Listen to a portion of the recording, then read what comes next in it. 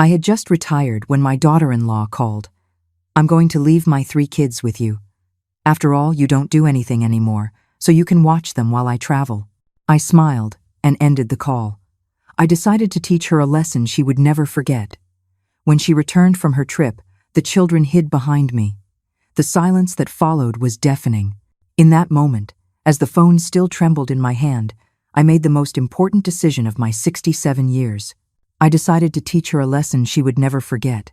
But let me tell you from the beginning, because what happened when she returned from her trip, when the children hid behind me, the silence that followed was deafening.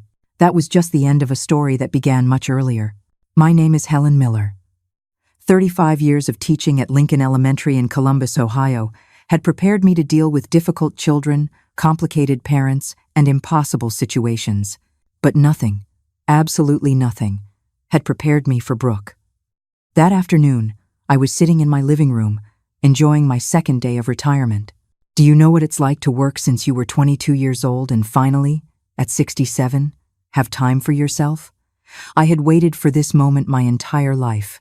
My coffee table was covered in brochures. Yellowstone, the Grand Canyon, a road trip down the Pacific Coast Highway.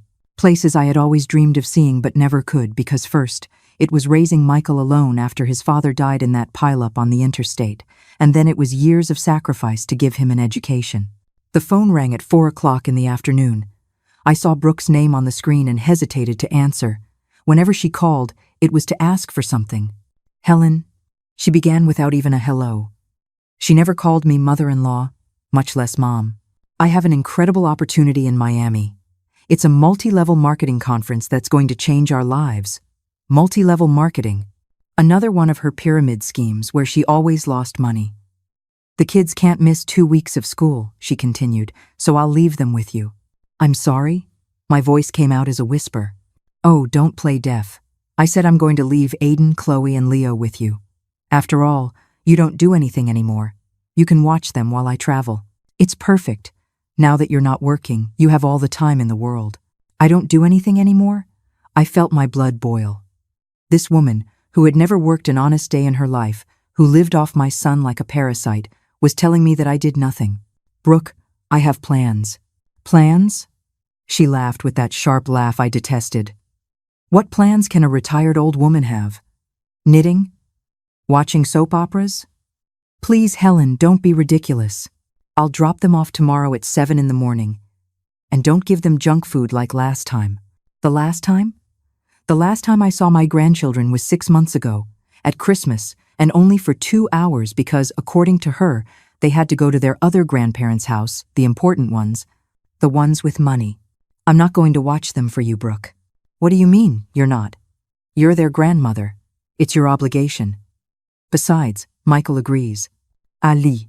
My son didn't even know about this. I was sure of it. He worked 14 hours a day at the manufacturing plant to support this woman's whims. "If you ever want to see your grandchildren again, you'd better cooperate," she threatened, "because I decide if they have a grandmother or not." And that's when something inside me broke. Or rather, something inside me woke up. If you knew me, you'd know that Mrs. Miller never stayed silent in the face of injustice. And this woman had just declared war. "All right, Brooke," I said with the sweetest voice I could feign. "Bring them over tomorrow. That's more like it. And don't spoil them. You know they're difficult children, but that's because you never knew how to raise Michael properly. If he had had a decent mother." I ended the call before she could finish the sentence. I sat there, looking at the framed retirement certificate on the wall. 35 years shaping generations, and my own daughter-in-law treated me like a free servant. But if I learned anything in all these years, it's that the best lessons aren't taught with words. I picked up my phone and dialed a number I hadn't used in years. "Carol?" "Yes, it's Helen. I need your help. Do you remember what you told me about the hidden recorders you used in your divorce?" "Uh-huh. Perfect. And one more thing. Is your sister still working at Child Protective Services?" "Excellent." I hung up and poured myself a chamomile tea. Tomorrow, the real education would begin, but it wouldn't be for the children. Brooke was about to learn the most important lesson of her life. Never ever underestimate a retired teacher with free time and a desire for justice, If you're enjoying this story and want to keep discovering how a determined grandmother can change the destiny of an entire family, subscribe to the channel so you don't miss any detail of what's to come. Because believe me, this is just the beginning. That night, I couldn't sleep. As I tossed and turned in bed, the memories of 35 years hit me like waves against the rocks. How did we get here? How did I allow my own family to treat me like an old piece of furniture, only useful when they needed it? It all started when Michael was just 3 years old. His father, my Richard, left one rainy October morning heading out on a business trip. The car was part of a 50-vehicle pileup in a blizzard on I-80. 23 people died. Richard was passenger number 24, but he survived for 3 days in the hospital. 3 days in which I spent our savings of 5 years trying to save him. "Take care of our son," were his last words. "Make him a good man." And boy, did I try. I was left with $100 in the bank account, a 3-year-old boy, and a teaching degree from the state university. The first few years were a hell I wouldn't wish on anyone.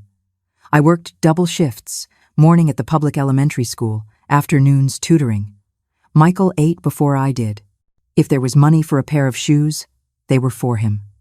If there was enough left for a toy on his birthday, I pretended I wasn't hungry that night. My mother, God rest her soul, would tell me, "Helen, you're going to kill yourself working like this. Find another husband, someone who can provide for you." But I would look at my Michael, with those brown eyes just like his father's, and I knew no stepfather would ever love him like I did. No strange man was going to give him the love I could. So I kept going, alone.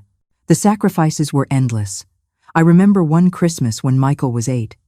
I had saved for 6 months to buy him the bicycle he wanted so badly. On the 24th, while he was sleeping, I realized I didn't have money for Christmas dinner. I sold my only piece of jewelry that wasn't my wedding ring, a locket from my grandmother, for $50 so I could make a turkey with all the trimmings. Michael never knew. To him, his mother was invincible. His mother could do anything. And that's how it had to be. When he got to high school, the expenses multiplied. Books, clothes, bus fare, supplies. I was still working my double shifts, but now I also sold pies at the church bake sale on Sundays. My hands, look at my wrinkled, stained hands, with joints swollen from kneading dough at 4 in the morning. But it was all worth it when Michael got into Ohio State University, industrial engineering. I was bursting with pride. My son, the son of the widow Miller, the one who grew up without a father, was going to be an engineer. It was in his junior year that Brooke appeared. "Mom, I want you to meet someone special," he told me one Sunday after church. There she was, in her pastel pink dress, her perfect smile, her shiny black hair falling in waves over her shoulders. She looked like a porcelain doll. She hugged me with a warmth that completely disarmed me. "Oh, Mrs. Miller, Michael has told me so much about you. I admire you so much. Raising such a wonderful son all by yourself. You're my hero." How could I not fall into her trap? I, who had spent 20 years without a sincere hug that wasn't from my son, suddenly had this pretty young girl calling me a hero. The first few years were good, I won't lie. Brooke would come to the house, help me cook, tell me about her humble family from a small town in West Virginia. Her father was a coal miner, her mother a waitress. That's why I understand you so much, Mrs. Miller. You and I know what it's like to struggle. Lies. It was all lies, but I was so happy to see Michael in love that I didn't want to see the signs. They got married when Michael graduated. I paid for half the wedding with my retirement savings. "It's an investment in my son's happiness," I justified to myself.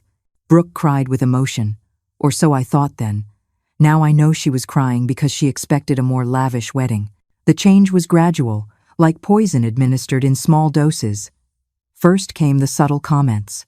"Oh, Helen, what a shame Michael didn't have a father figure. You can see it in his lack of ambition. If you had saved better, Michael could have gone to a private university. No offense, but your pies are very simple. I make them with more ingredients, more gourmet." Each comment was a small stab, but I endured them. For Michael. Always for Michael. When Aiden, my first grandson, was born, I thought things would get better. I rushed to the hospital with the blanket I had knitted for 9 months. Brooke looked at it and set it aside. Thanks, but we already have everything from Nordstrom. This, well, we can donate it. Nordstrom. While I was still buying my clothes at Goodwill to save for my son's future, she was shopping at Nordstrom with Michael's salary. Then came Chloe and Leo. With each grandchild, I drifted further away. Brooke had 1,000 excuses. The children needed a routine. I would spoil them. My house wasn't safe for children. My parenting ideas were old-fashioned. You just don't understand, Helen, she told me once. Kids today need early stimulation, English classes, swimming, robotics, not just peanut butter and jelly sandwiches like Michael grew up on. Peanut butter and jelly sandwiches? My son grew up with love, with values, with the certainty that he was cherished. But Brooke had started her campaign to push me away. And Michael? Michael was too tired from working to notice. The hardest blow came 2 years ago. It was Chloe's 5th birthday. I had saved for 3 months to buy her the dollhouse she had seen at the mall. I arrived at their house with the wrapped gift and my best dress. The party was in the backyard. There was a bouncy castle, clowns, even a princess show. And I was not on the guest list. "Oh, Helen, what a shame," Brooke said at the door, not letting me in. "It's just a party for her friends from school and their parents. You understand, they're different people. We wouldn't want you to feel uncomfortable." Uncomfortable? The birthday girl's grandmother was going to make the different people uncomfortable?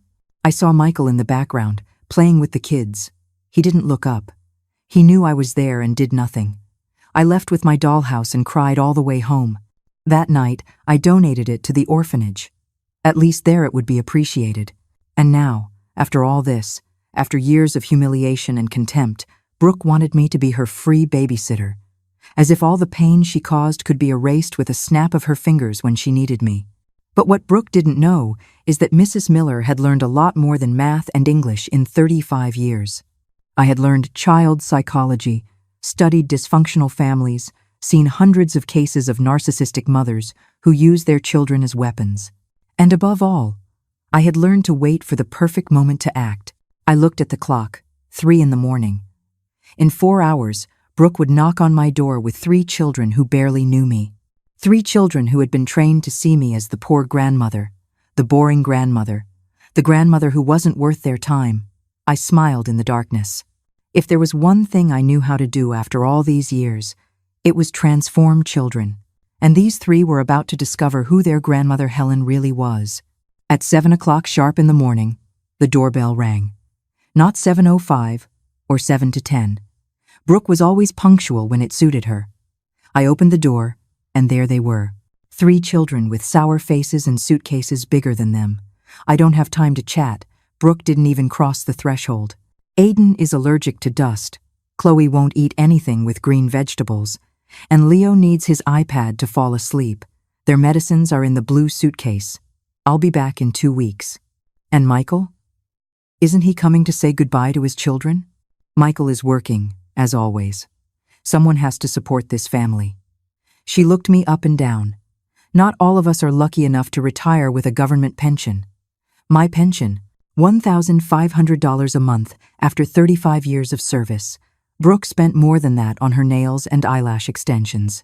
The children entered, dragging their feet. Aiden, 12 years old, with his phone glued to his face. Chloe, 10, with a permanent look of disgust. And Leo, 7, already looking for the television. "Be good for your grandmother," Brooke said without any conviction. Then she leaned in close to me and whispered, "And don't you dare fill their heads with ideas.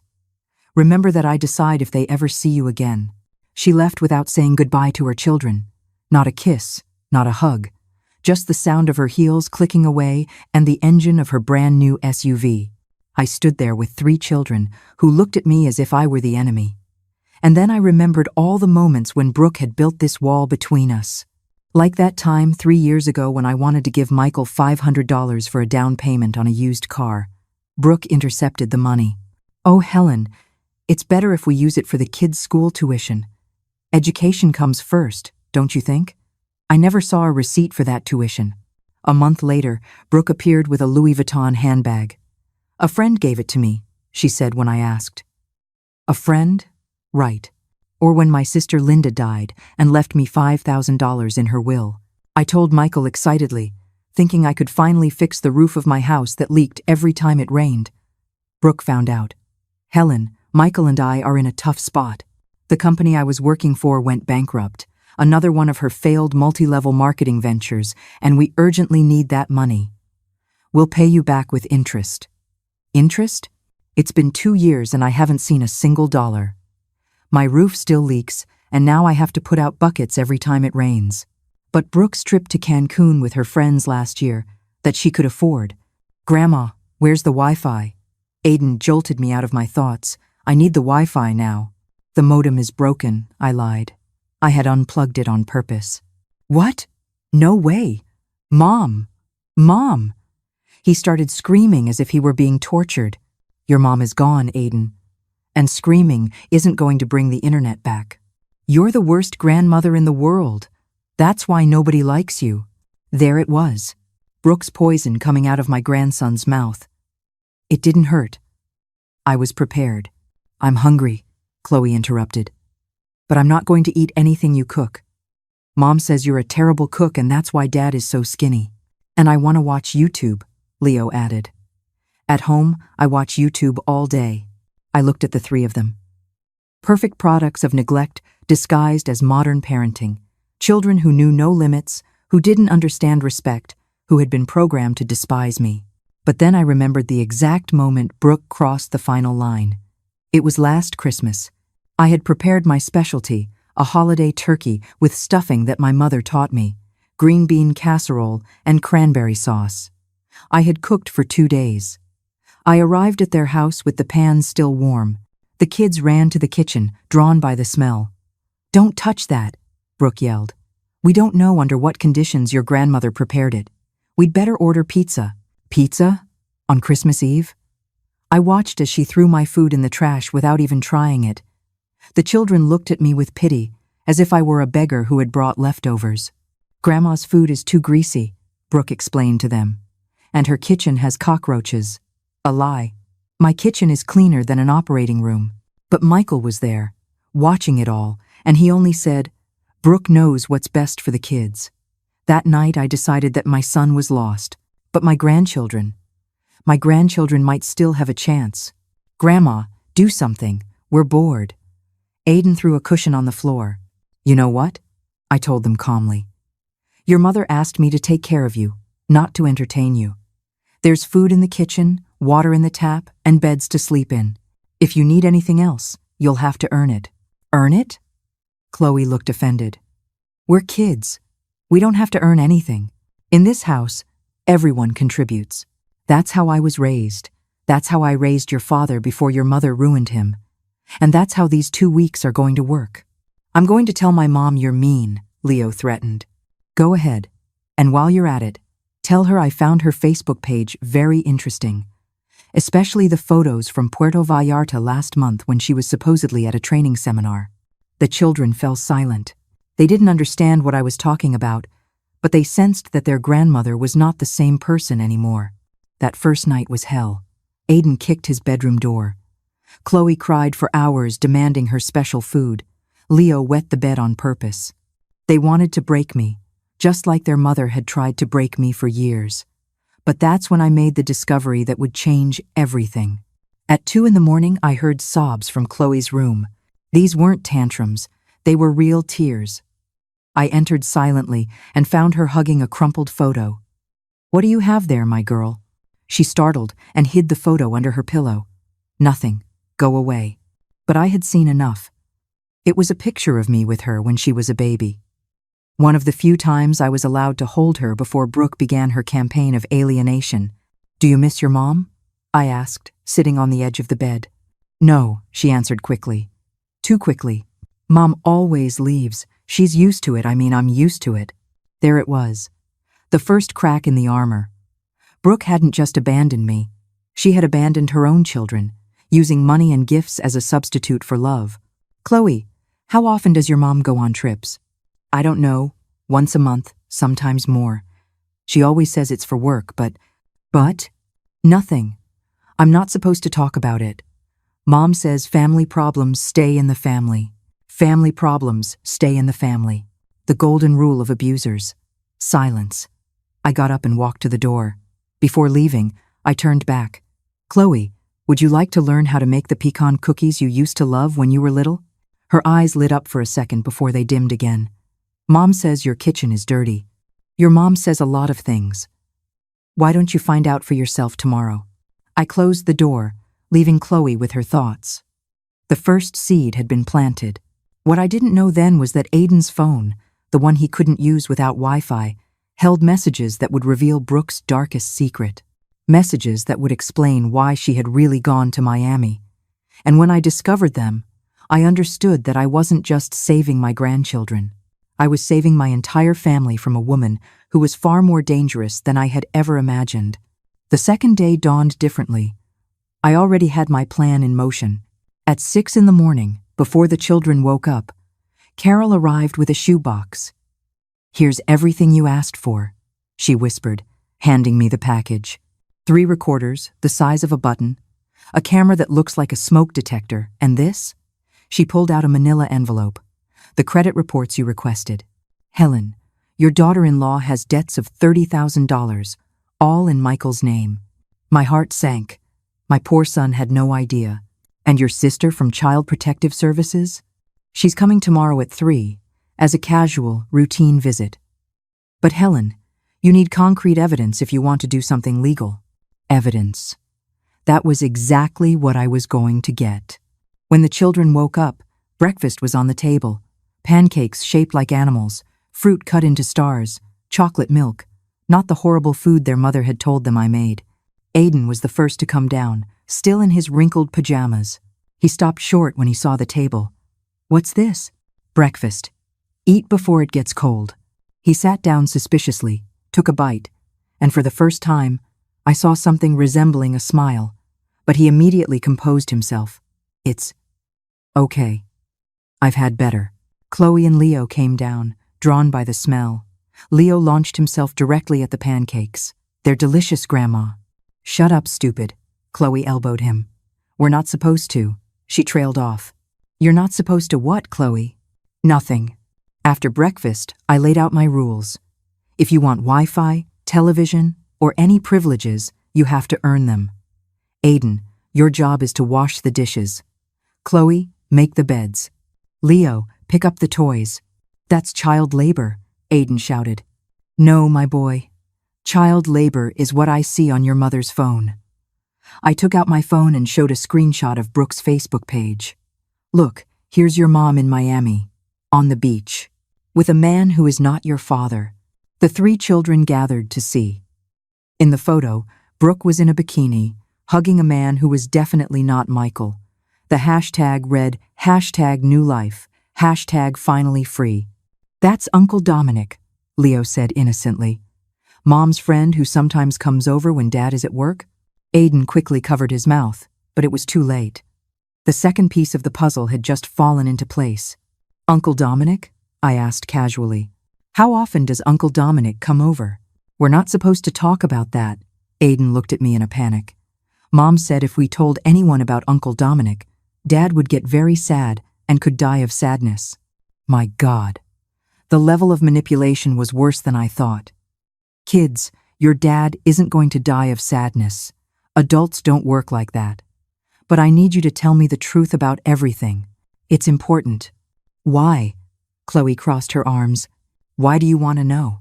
"Because I love you. And when you love someone, you protect them. And right now, you need protection." It was Leo who broke first. The youngest, the most innocent, the one who wasn't completely contaminated yet. "Grandma, why does Mom say you're mean if you make such yummy pancakes?" "I don't know, sweetheart. What else does your mom say about me?" "She says you're poor and embarrassing. That's why we can't visit you. She says your house smells bad and that you're a bitter old woman who ruined Dad's life." Every word was a stab, but I kept my composure. I discreetly installed the first recorder under the dining room table. "And what do you think?"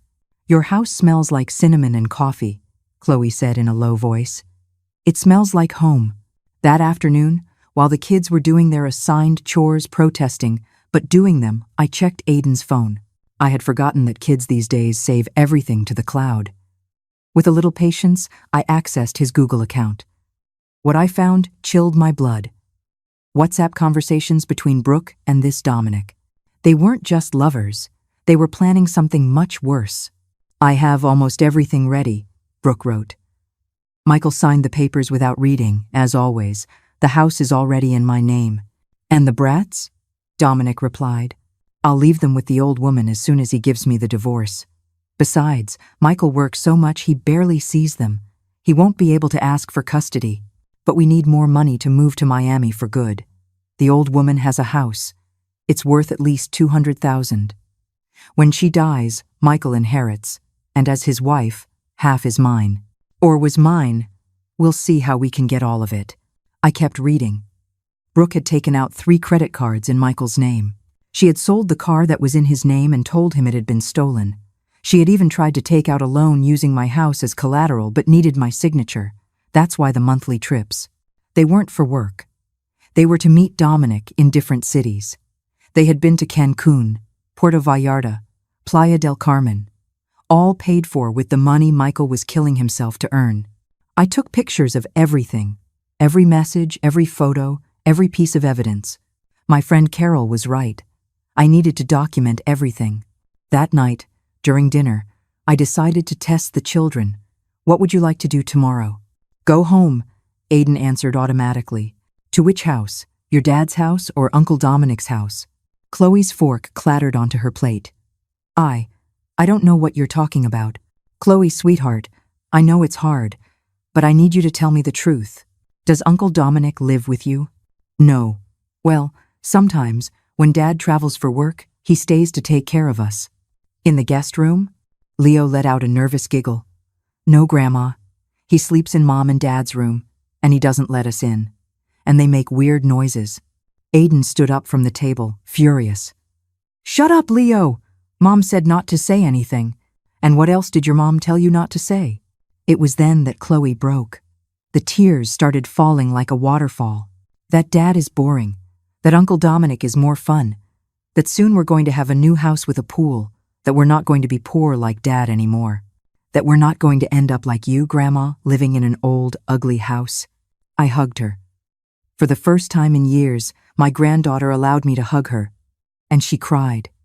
She cried like the 10-year-old girl she was, not like the little robot Brooke had tried to create. "Grandma," Aiden whispered, and for the first time there was no hostility in his voice. "Does Dad know?" "No, my love. Your dad doesn't know anything. Are you going to tell him? I'm going to do something better. I'm going to make sure you are all okay, that your dad is okay, and that your mom, well, that your mom gets exactly what she deserves." That night, after putting the children to bed and for the first time, none of them protested, I called Michael. "Hi, Mom. How are the kids? Brooke told me you offered to watch them." Offered. The liar had twisted everything. "They're fine, son. Hey, could you come over tomorrow after work? There's something with the house I need to discuss with you." "Is it urgent?" Brooke asked me not to bother her on her work trip. "It's about a leak in the roof. It could affect the structure." It wasn't a total lie. There was a leak, but it wasn't in the roof. "Okay, Mom. I'll be there around 7. I hung up and looked at the calendar. 12 days until Brooke returned. 12 days to dismantle 10 years of lies, manipulation, and psychological abuse. But now I had something I didn't have before. 3 children who were starting to see the truth, and the truth, as they say, always comes out. Tomorrow the psychologist would come. Michael would see the proof. And the house of cards that Brooke had built would begin to crumble. The war was just beginning. But for the first time in years, I had all the weapons to win it. The 3rd day began with an explosion. Literally. Leo had found the fireworks I kept for the 4th of July and decided to light one inside the house. At 5 in the morning. "Grandma, the house is on fire!" Chloe screamed. I ran with the fire extinguisher that, thank God, I always keep in the kitchen. The firework had scorched the dining room curtain and filled the whole place with smoke. Leo was standing in the middle of the chaos, laughing. "It's fun. Like on YouTube. Fun? You could have burned the house down, Leo." "So what? It's an ugly house anyway. Mom said that when you die, she's going to sell it and buy us a better one. There it was. The pure venom of Brooke coming from the mouth of my 7-year-old grandson. But this time, it didn't hurt me. It gave me fuel. You know what, Leo? You're right, it's an old house. Do you know why? Because in this house, I raised your father by myself after your grandfather died. In this house, I sewed school clothes until 3 in the morning to pay for his education. In this ugly kitchen, I prepared 1,000 lunches with love so your dad would never go to school on an empty stomach. The boy stopped laughing. And if your mother thinks she's going to get this house, she is very mistaken. Because yesterday, I changed my will. I'm leaving everything to a foundation for orphaned children. Children who would actually appreciate having a roof over their heads. You can't do that, shouted Aiden, who had run downstairs. That house is our inheritance. Inheritance? You who never visit me, who despise me, who treat me like a servant, want an inheritance? Mom says it's our right. I took out my phone and played the recording I had made the day before of their conversation at dinner. Their own voices filled the room. Dad is boring. Uncle Dominic is more fun. We're not going to be poor like Dad anymore. The 3 of them stood there, petrified. You recorded our conversation? Chloe was pale. I recorded everything, my girl. Every word, every confession.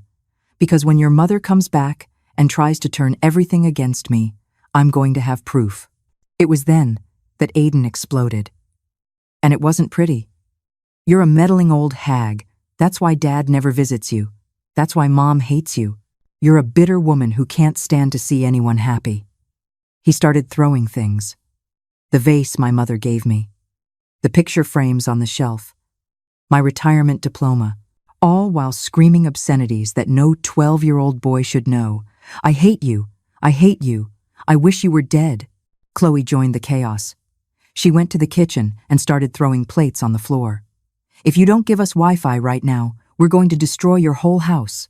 Leo, not wanting to be left out, grabbed my photo albums and started tearing the pages. Photos of my wedding, of Michael as a baby, of my parents who are no longer here, pieces of my history flying through the air like macabre confetti. I stood in the middle of the hurricane, calm, observing. The hidden camera that Carol had installed was recording everything. After 20 minutes of destruction, the 3 of them were exhausted, panting amidst the rubble of my living room. Are you finished? I asked calmly.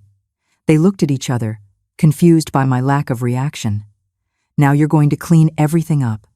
Every broken piece, every destroyed photo. And while you do it, you're going to think about this. Your mother left you here because she doesn't love you. If she loved you, she wouldn't have gone to Miami with Uncle Dominic.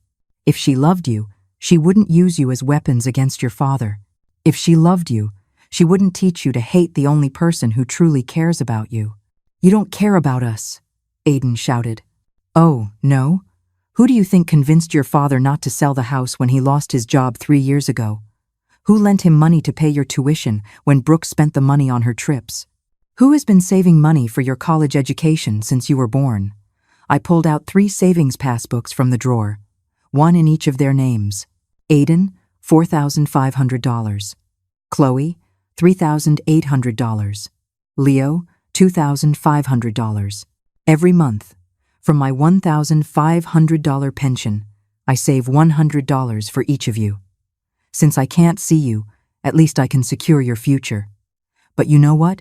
Tomorrow I'm going to the bank to close these accounts. I'm going to give that money to children who actually value the efforts of others.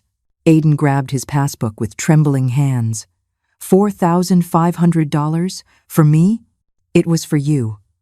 Not anymore. It was Chloe who broke first. Grandma, we didn't know. You didn't know? Or you didn't want to know? It's easier to believe your mother's lies than to think for yourselves, isn't it? At that moment, the doorbell rang. It was Lauren, Carol's sister, from Child Protective Services. Good morning, Mrs. Miller. I'm here about a call we received regarding possible child neglect. The children turned white. Please, come in. As you can see, the children have just had an episode. Lauren observed the destruction, took out her camera, and started taking pictures. Did the children do this? Mom says it's their way of expressing themselves, Leo murmured. Your mother encourages them to destroy other people's property? Mom says Grandma is old and it doesn't matter what she thinks, Chloe replied. Lauren took notes. And where is your mother now? In Miami. On a work trip? Aiden said automatically. Work? I took out my phone and showed Brooke's Facebook page. A new photo. Her and Dominic toasting on a yacht. Lots of work, as you can see. Lauren reviewed the photos, the conversations I had printed, the bank statements with the debts. Her expression grew more and more serious. Children, I need to speak with each of you separately. While Lauren interviewed the children, I picked up the pieces of my broken photos. Each fragment was a memory, but they no longer hurt me, because now I understood that I wasn't losing the past. I was reclaiming the future. An hour later, Lauren came out of the room where she had been with Aiden. Mrs. Miller, these children are suffering from severe emotional neglect. The psychological manipulation is evident. The oldest is on the verge of depression. The girl has chronic anxiety, and the little one, well, the little one is acting out what he sees. What can I do? For now, document everything. When the father comes, I need to speak with him, and when the mother returns, well, I'm going to have to open a formal investigation. After Lauren left, I found the 3 children sitting on the stairs. They no longer looked like the little tyrants who had arrived. They looked like what they really were, scared and abandoned children. Are they going to take us away from our parents? Leo asked with a trembling voice. I sat with them on the stairs. No, my love. No one is going to separate you from your father, but things are going to change. It's going to hurt. Change always hurts. But sometimes it's necessary. Grandma, Aiden wouldn't look me in the eye. About Uncle Dominic. Dad is going to die of sadness if he finds out. No, my boy. Your father is stronger than you think. And he deserves to know the truth. We all deserve the truth. That afternoon, while they cleaned up the mess they had made, this time without protest, I heard Chloe whisper to Aiden, "What if Grandma is right? What if Mom really doesn't love us?" "Shut up," Aiden replied, but his voice no longer had conviction. Mom has to love us. She's our mom." But even he was doubting now. The armor of lies was beginning to crack. That night, after dinner in silence, Leo approached me with something in his hands. It was a torn photo that he had tried to tape back together. The photo of his father on his graduation day. "I'm sorry, Grandma. I tried to fix it." I hugged him. For the first time since he arrived, my youngest grandson hugged me back. "We can fix a lot of things, Leo, but first, we have to accept that they're broken." And in a few hours, when Michael arrived, the real reconstruction would begin. Stone by stone, truth by truth, until nothing was left of Brooke's castle of lies. Michael arrived at 7:15. He came straight from work, his engineer's uniform stained with grease, and his eyes sunken with exhaustion. When I saw him at the door, for a moment I saw the 8-year-old boy who used to cry because the other kids made fun of his patched-up shoes. "Hi, Mom. Where are the kids?" "Doing homework in the dining room." "Michael, sit down. We need to talk." "Is it about the leak? Can I check it quickly?" "It's not the leak in the roof, son. It's the leak in your marriage." He froze. "What are you talking about?" I placed a folder on the table. Inside were the screenshots of Brooke's conversations with Dominic, the statements from the credit cards she had opened in his name, the Facebook photos of her work trip in Miami. Michael took the papers with trembling hands. With each page he turned, his face lost more color. This has to be a mistake. Brooke is at a sales conference. "Michael, my love, Brooke is in Miami with her lover. The children know. They've known for months." "The children?" His voice broke. "The Uncle Dominic who comes to take care of them when you travel. The one who sleeps in your bed. The one your children have had to endure in silence because their mother threatened them that you would die of sadness if you found out." I saw the exact moment my son broke. He didn't cry. He didn't scream. He just sank into the chair as if someone had cut the strings holding him up. "I'm an idiot," he whispered. "A complete idiot." "No, son. You're a man who trusted the wrong person. But now you have to be strong. For your children." "Dad?" Aiden was at the door. He had heard everything. Michael looked up, And for the first time in years, he really looked at his son, not at the spoiled child Brooke had created, but at the scared teenager who desperately needed his father. Aiden, son, we already knew, Dad. We've known for a long time. Chloe and Leo appeared behind their brother. The three of them stood at the door as if they were afraid to get closer. Come here. Michael opened his arms. And for the first time in I don't know how long, I saw my grandchildren run to hug their father. The four of them cried together while I made coffee. Sometimes, tears are the first step to healing. That night, after Michael took the children to bed early, I was left alone planning the next phase. Brooke had underestimated the retired teacher, but now the teacher was going to give her a lesson she would never forget. The following days were intense. Michael took a vacation, the first in 3 years, and practically moved into my house with the children.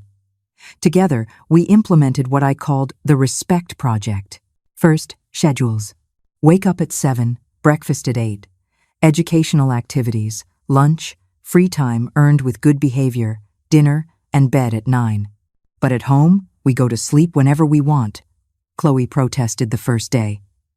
That's why you are the way you are, I replied. The brain needs routine to feel safe. Second, responsibilities. Each child had age-appropriate chores.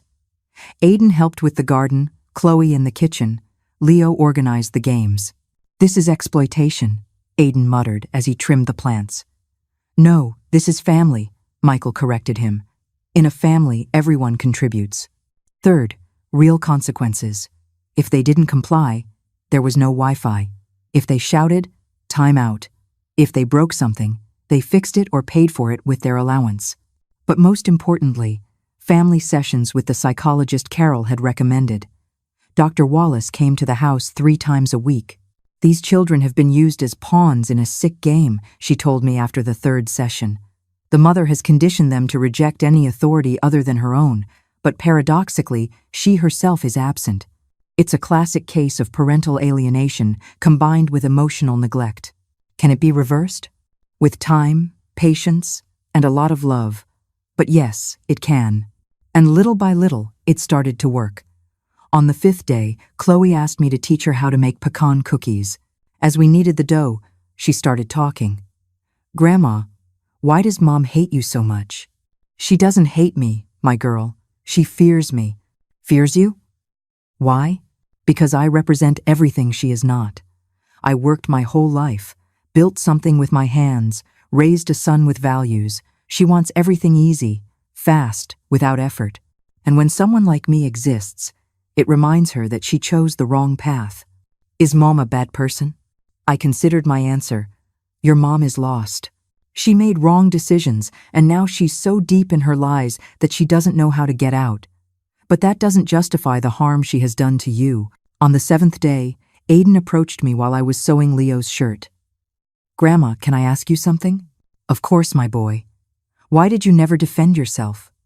All these years, when Mom spoke badly of you, why did you never say anything? Because I thought keeping the peace was more important than being right. It was a mistake. Sometimes, silence isn't peace. It's complicity with abuse. Do you regret it? I regret not acting sooner, but I don't regret acting now. On the 8th day, something extraordinary happened. Leo, my youngest grandson, the most damaged by the neglect, brought me a drawing. It was our family. Michael, the 3 children, and me in the center. Brooke was not in it. And your mom? I asked gently. Mom is on a trip, he replied. She's always on a trip. But you're always here. That night, Michael and I had a conversation we should have had years ago. Mom, I'm so sorry. I failed you as a son. No, Michael. I failed you as a mother. I should have taught you to recognize the signs. I should have protected you better. How did I not see what was happening? Because love blinds us, son. And because manipulators are experts at making us doubt our own perception. What am I going to do when she comes back? That's what we're preparing for. I have a plan. And I did have a plan. With Carol's help, I had contacted a lawyer specializing in divorces with parental alienation. With Lauren from Child Protective Services, we had a complete file. With Dr. Wallace, we had psychological evaluations of the children. On the 9th day, The children did something that left me speechless. They organized a dinner for their dad and me.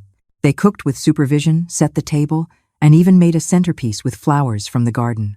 "It's to say thank you," Aiden explained, with no trace of the hostile boy who had arrived. "Thank you for not giving up on us." During dinner, Michael took out his phone. "Brooke sent me a message. She says she'll be here in 5 days and hopes the kids are ready." "Ready for what?" Chloe asked. Michael looked at me. It was time to tell them. "Kids, when your mother comes back, things are going to change a lot. Dad is going to file for divorce." I expected tears, protest, drama. Instead, Leo asked, "Are we still going to be able to come to Grandma's?"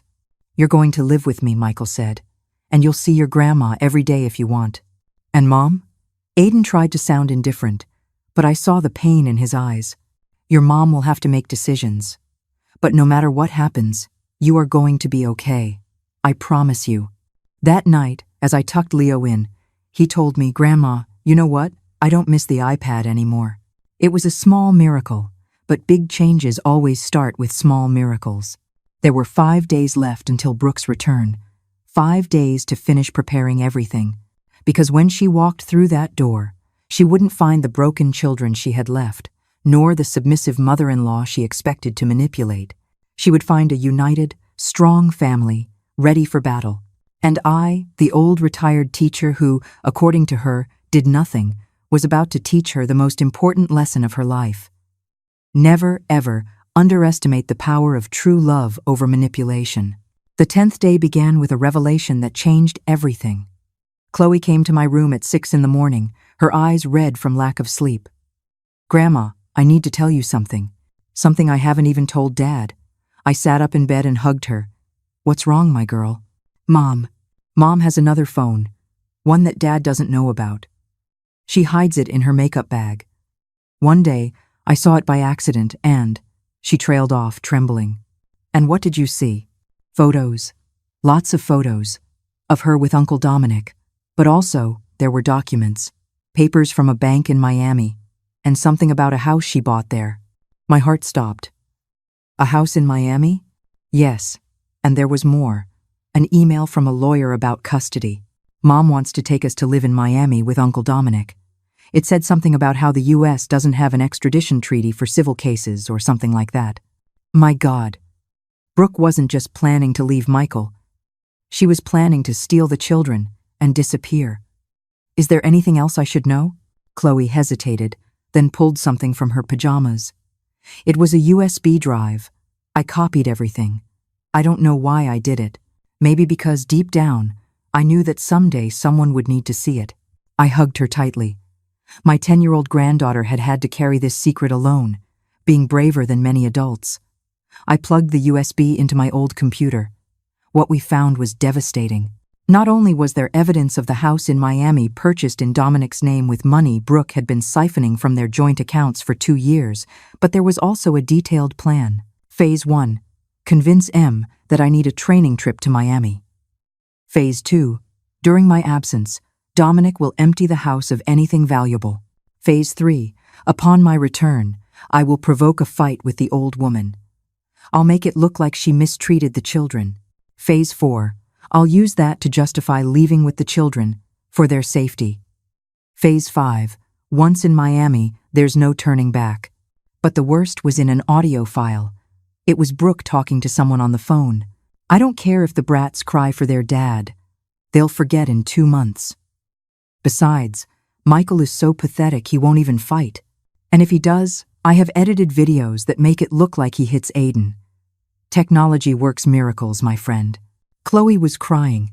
Was Mom going to say that Dad hit us? Your mom was willing to do anything to get her way. But Dad has never laid a hand on us.